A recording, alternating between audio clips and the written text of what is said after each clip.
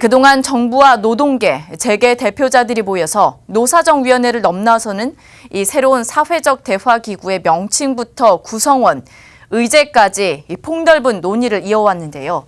오늘 3차 노사정 대표자 회의가 열렸습니다. 취재기자 연결해서 자세한 내용 들어보도록 합니다. 박혜미 기자.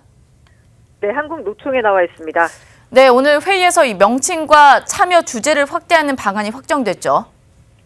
네, 그렇습니다. 지난 1998년 출범한 노사정위원회가 20년 만에 경제사회노동위원회로 개편돼 시대에 맞는 사회적 대화에 나섭니다. 경제사회노동위원회는 기존 양대 노총과 재계단체, 정부 등 한정된 대화 주체에서 벗어나 새로운 주체들이 참여하게 됩니다.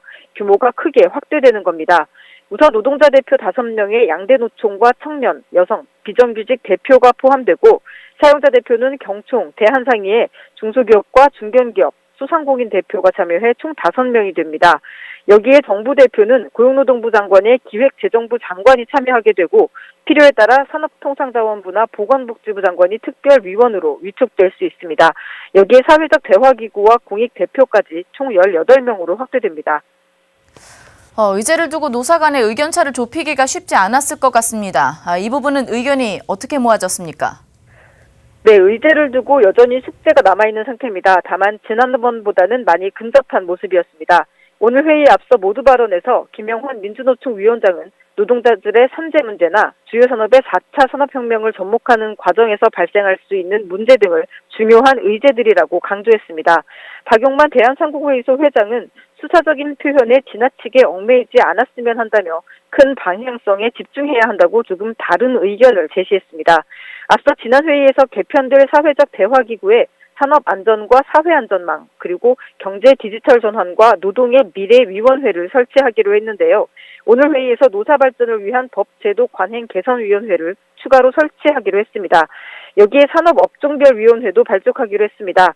양대 노총이 12개 정도 협의회를 제안했는데 이 내부 검토를 통해 최종 결정하기로 했습니다. 문 위원장은 업종별 위원회나 회의도 노사 간 자율적인 논의를 거치도록 발전돼야 한다고 강조했습니다. 네, 그럼 이제 새로운 사회적 대화 기구를 통해서 새로운 구성원들이 대화에 나서겠죠. 공식 출범은 언제쯤이라고 봐야 됩니까? 네, 공식 출범은 이르면 5월에도 가능할 전망입니다. 관건은 위원회 개편을 위해선 법 개정이 우선이기 때문에 국회에서 통과가 되면 출범한다는 겁니다. 지난 회의에서 문성현 위원장은 개편 후 첫 회의에 문재인 대통령이 참석할 가능성을 내비친 만큼 관심이 큰 상황입니다. 노사정위원회는 조만간 실무 협의를 거쳐 법안 작성을 마무리하고 의원 입법을 통해 통과를 서두를 계획입니다. 하지만 국회 정상화 여부에 따라 변수도 남아있는 상태입니다.